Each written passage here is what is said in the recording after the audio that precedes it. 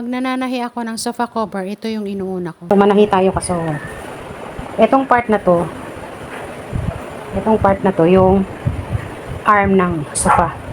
So, unahin ko munang itahi yung itong sa sides. Ito muna yung uunahin ko. Ayan, kita nyo. Hindi na ako naglagay ng cord. Ikabit ko muna ito. Mas maganda na unahin muna itong side na to kasi ito yung magpoporma ng sofa. Kapag naiporma mo na yung side, madali na lang yung dire-diretso. So, ikabit ko na yan. Okay, so ito na. Ayan, ikabit ko na. Next, dito naman.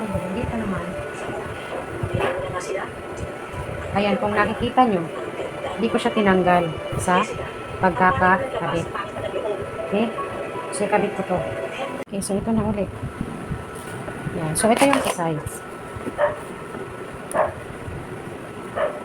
Ayan. Yan. Ito sa likod. Yan. So, pag nabuo ko na yan, itatop stitch ko lahat ng mga dugtong. Pag naikabit ko na yung mga sides na yan, madali na lang sa akin na buuin ang cover.